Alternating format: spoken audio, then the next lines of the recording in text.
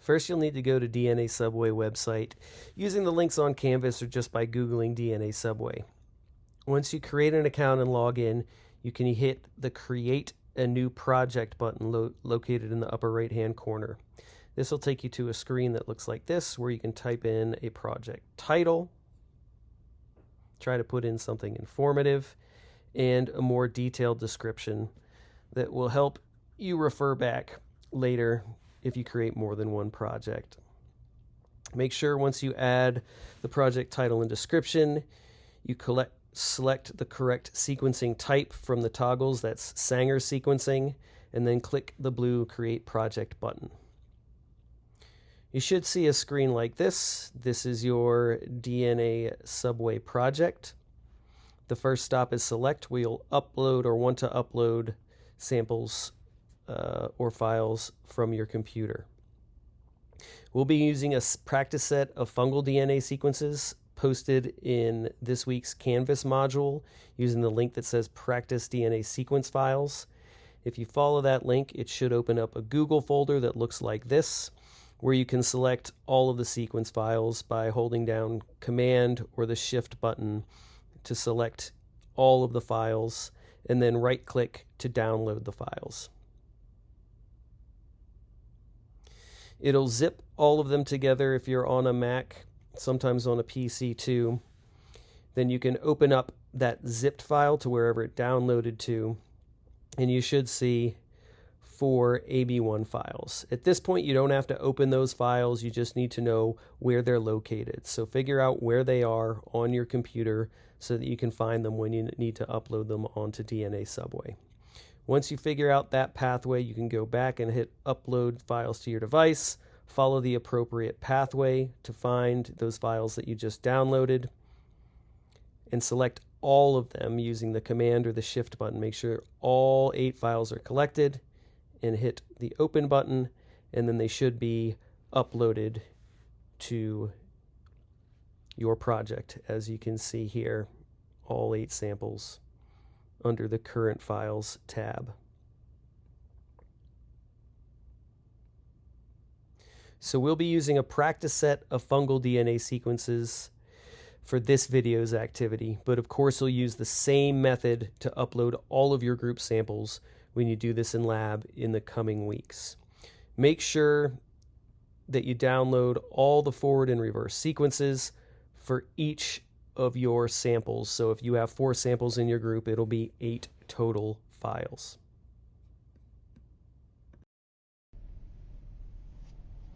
From there, you can go to the upload and drop down, and you can see all of the samples that you imported. Each of these sample names represents a sequence, and you can see some of them might have a little warning with an exclamation point. We'll talk about that in a bit. If you do the toggle, you can click View Sequence, and then you can view your sequence. Typically, when you look at a sequence, you're almost always on the front end going to have a bunch of ends, which represent bad calls or bad sequence. And you'll see the same thing at the back end of your sequence, a bunch of ends at the end. But typically, all the stuff in between those 2 front and back tails look good. If you click on AB1 view, you can see the normal sequence view or the electropherogram. Running along the top will be the individual base calls. In the middle, you'll see a quality score for each of those base calls. The blue bars represent the quality for each individual call, and the small blue line running down the middle represents a threshold, what's called Phred score. You can also see the position of each of those base calls, or account for each of those base calls. And you can scroll across and you can see that at the far ends, there's typically a bunch of ends with very low bars or Phred scores, not surpassing the threshold for high quality. Whereas in the middle, you see most of those calls have clean and high Phred scores. Now let's go down and take a look at Luisa's reverse read that has that warning sign that indicates it's a lower quality sequence. Here you can see, similar as before, there's a bunch of ends at the front end and back end, but there's also a lot of ends that we're seeing in the middle of the sequence. This is typically indicative of a lower quality read. Let's take a look at the AB1 view, and what you'll see is the waves at the sequence at the bottom are all garbled, overlapping each other and not clean, and the individual purple bars or Phred scores for each of those calls rarely pass that Phred score of 20 threshold. And so most of these calls are low quality calls that can't necessarily be trusted. Let's take a look at sequence trimmer in action. Before we actually do the trimming, I just want to show you a couple of the sequences and what they look like before they've been trimmed, and remind you, here's Trey's reverse read, and it's got a bunch of ends on the front and back end of the sequence that are going to need to be trimmed off. Let's look at his forward read, same deal, a bunch of ends on the 5' end and a bunch of ends on the 3' end. Okay, so remember what those looked like before.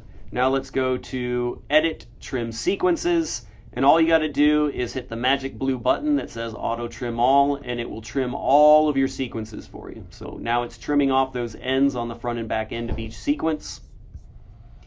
And if we go back and look at the sequences, we're going to just look at Trey's. Now those ends are gone off the front and back end. For the reverse read, same deal for the forward read. And it'd be the same if you looked at any of the other sequences. They've all had the ends trimmed off. So let's go ahead and pair our sequences up. Under Edit, you'll hit Pair Sequences. It'll be tempting to hit Auto Pair All, but that won't work. Instead, what you're going to do is figure out which is the forward and reverse read for each sequence. Mark the reverse read by clicking over the R until it turns red.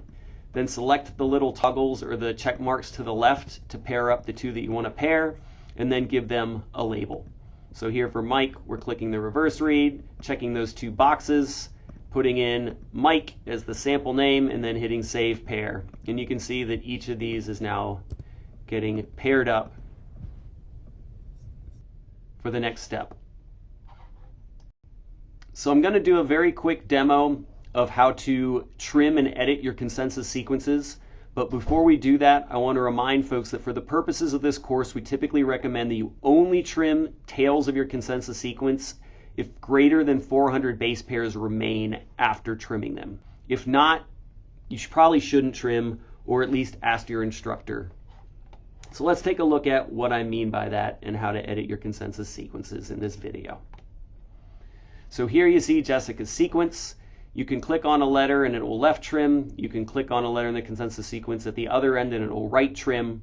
And you can see that there's still 588 base pairs remaining. So let's look at Mike's or Luis's sequence. Once again, what we're doing here is we're trimming off the regions where there's no overlap, because we can't necessarily trust the accuracy of the sequences in those regions because they're not being double checked by both a forward and reverse pair. So where there's not overlap, we're trimming off those ends. And if it's remaining greater than 400 base pairs in length, we're keeping the consensus sequence. So here, let's look at Mike's. We're trimming off that tail and this tail where there's just a single read. And when we're done trimming, the trim consensus length is only 194 base pairs long. So I'm clearing those trims and just saving the untrimmed sequence for further downstream analyses. Whereas if we go to Trey's sample, here we can trim off that end, we can trim off this tail end where there's no overlap in the consensus sequence, and at the end, the trim consensus length is still 663 base pairs long, so it's okay to save that trim. So I've done that for each of these sequences. Once you're done, you can go back to Select, and you've now got consensus sequences under your current files, and you can view and copy those individual consensus sequences by clicking on View Sequence, and then Copy to Clipboard. So if you need to paste this into your lab notebook, your final consensus sequence, you can copy it to your clipboard and paste it into your lab notebook that way. The first step will be blasting your DNA sequences. BLAST stands for Nucleotide Basic Local Alignment Search Tool. What BLAST does is it searches for your consensus sequence against a national database of known sequences called GenBank. It's essentially a Google search for DNA sequences. To run BLAST, it's pretty simple. Just click each sample you want to blast from the drop down in the BLAST tool, and then hit the BLAST button. Once you hit that button, it'll take a few seconds, and eventually you'll see a screen that pops up that looks like this. Then all you have to do is hit this little square. Once you hit that square, you'll have the blast results pop up that looks something like this. So this is what your blast results will look like. Here's the blast results for Jessica's unknown. For each sample, you'll have a list of the database hits ranked by what's called bit score. The bit score is calculated based on the alignment length and the mismatches, which you can see listed on the right side of the table. Alignment length is just the length of the sequence used to make the match, and mismatches is just the number of mismatch bases between the query or Jessica's DNA sequence or consensus sequence and each of the hits. So for example, that first hit, Pluteus ongoi, with the bit score of 1061, had 588 base pairs in its alignment, so 588 base pairs matched between that hit and Jessica's consensus sequence, and there were 0 mismatches. You can also see this E value or expected value. This is the likelihood that the match or the hit that BLAST made between our query and that sequence happened by chance. So the lower this value is, the better it is. And typically these values are way, way, way below 0, which means it's not by chance that the hit matched your consensus sequence. So what do you do with all of these hits? Eventually what you're going to need to do is select particular hits to add to your project for downstream analyses. So for example, looking at the BLAST hits from Jessica's unknown, typically what you're going to want to do is add the top 2 to 3 hits that are ID'd to the genus and species level. And this can be true even if it's the same genus and species for those top 2 to 3 hits. So for example, for Jessica, I'm going to select these top 2 Pluteus ongoi hits. They have the same bit score and they are ID'd to the genus Pluteus and species ongoi level. In addition, you want to add the remaining 2 to 3 taxonomically unique hits as rated by bit score. So top 2 to 3 is rated by bit score that have a different genus or species name. So for example, this is Pluteus petacetus, so it's a different species in the same genus, so I'll select that one. Another important detail to take note of when you're selecting hits to add to your project is you don't want to add samples that aren't ID'd to the genus or species level. So I wouldn't add this hit that says Pluteus spa or the hit below it that says uncultured fungus, because those are not going to be useful to help ID your specimen. Once you've selected sequences to add to your project from your BLAST search, the next step is what's called a muscle alignment. Muscle stands for multiple sequence comparison by log expectation. Essentially what a muscle alignment does is it takes all of the sequences that you've selected to add to your project and it aligns them or stacks them up on top of each other to compare them, and from there you can impute potential evolutionary relationships and relatedness between the sequences. So the first step in creating a muscle alignment is to add reference data that taxonomically match your samples and primers, but are not necessarily close BLAST hits. This allows you to select downstream what's called an outgroup, and I'll explain that to you in a little bit more detail very shortly. So to add reference data, what you're going to do is click the Add Reference Data, and then you'll have several choices of reference data to choose from. COI for animals, RBCL for plants, 16S for bacteria, and then ITS for fungi. So since we're analyzing fungi right now, we're going to select reference fungi from the ITS group.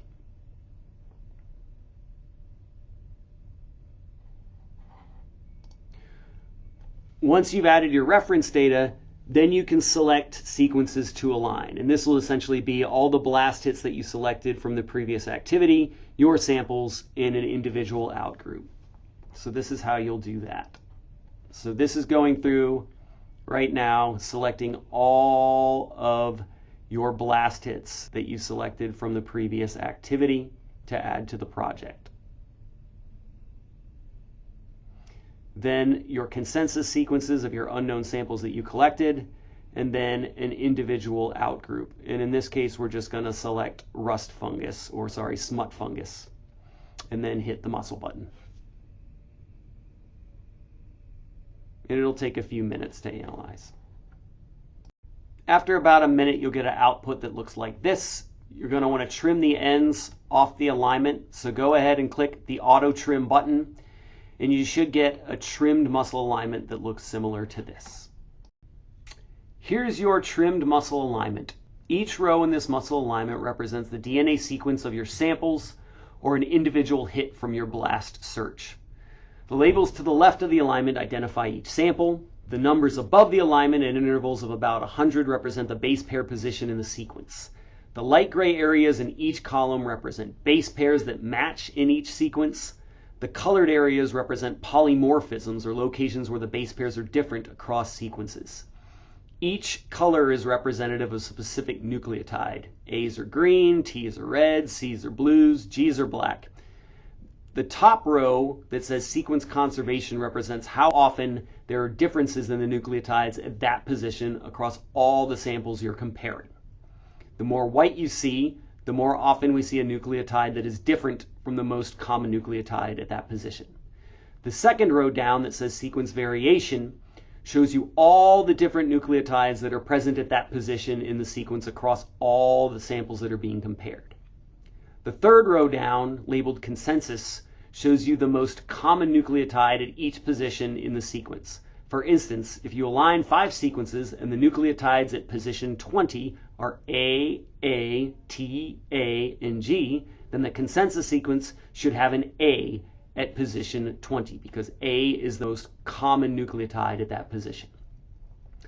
All sequences are unknown, reference, and close matches are being compared to each other.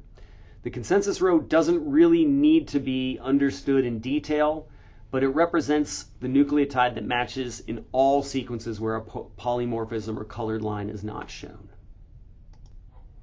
Lastly, dark gray areas, if you see them in your alignment, represent gaps or spots where the sequence is missing from a particular sequence in the alignment. These gaps can be created by the insertion or deletion of large chunks of DNA in some but not all of the species being compared. You're likely asking yourself, okay, so what do I actually need to pull out of this muscle alignment? The 2 big questions that you'll need to answer from this muscle alignment are number 2, which of all the taxa that are lined up is most similar to your particular unknowns? So in this example, let's say, which of these is most similar to Trey's unknown? And you'll also need to identify which taxon or which individual sort of sequence line is least similar to all of the unknowns. So if we look at Trey's sample, it's tough to say which one is the most similar, whether it's Hymenopellis incognita, Limnospora, Megalospora, radicata, or orientalis. Likewise, it's very difficult to say which taxon is the least similar across all of our unknowns. So a really useful tool to help tease this apart in a quantifiable way is the sequence similarity table.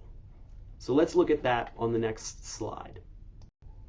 So once you click on the sequence similarity table, you should see something like this. This is a % sequence similarity matrix. It's a table that does a cross comparison of every single sequence that you're looking at in your muscle alignment. Sequences labeled 1 through 24. So for example, we know that Trey's sample is sample number 4. And so we can look at the highlighted area here and follow that row the whole way across to see which % sequence similarity is the highest between Trey's sample and the samples that we're comparing him to. And what you can see is 96.77 is the highest number. So samples number 5 and 6 are 96.77% similar to Trey's sample. They have the highest % sequence similarity in that muscle alignment. And so those samples, Hymenopellis, are both Hymenopellis limnospora. And so they have the highest sequence similarity to Trey's sample. We can also begin to decipher which taxon is the least similar to all of our unknowns. Can you hit pause and figure it out on your own? If you said sample 1, you're correct. If you look at the percent similarity of sample 1 to all the other samples, you'll find that sample 1, the smut, is the least similar, about 55 to 67% similar across all our groups. So sample 1 will be our out group. And apologies that it says baker's yeast there, it should say smut. Smut will be the out group. Now that you've aligned and compared your sequences in the muscle alignment, you can begin to build phylogenetic trees from those sequences. Phylogenetic trees are a graphical representation of relationships among taxonomic groups.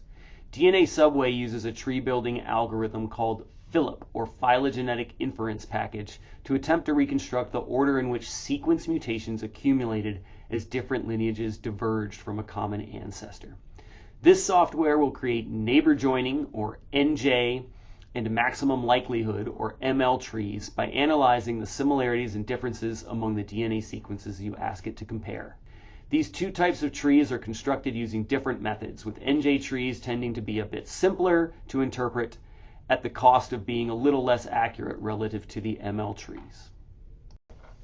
Let's make an ML tree first. The ML tree will automatically analyze all the taxa that were present in the muscle alignment you previously constructed. All you have to do is select an outgroup to root the tree. In this case, we've selected smut fungus. How did we know to use the smut fungus as the outgroup? Hit pause until you know the answer.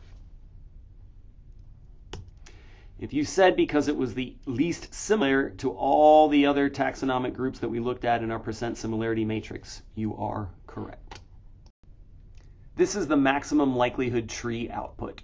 This algorithm fits mutations to a tree to produce the most parsimonious tree. In other words, the one that requires the fewest number of mutations to explain the sequence data, aka the shortest branch lengths.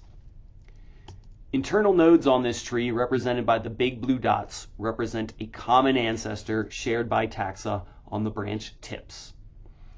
Horizontal lines represent sequence differences, aka evolutionary change.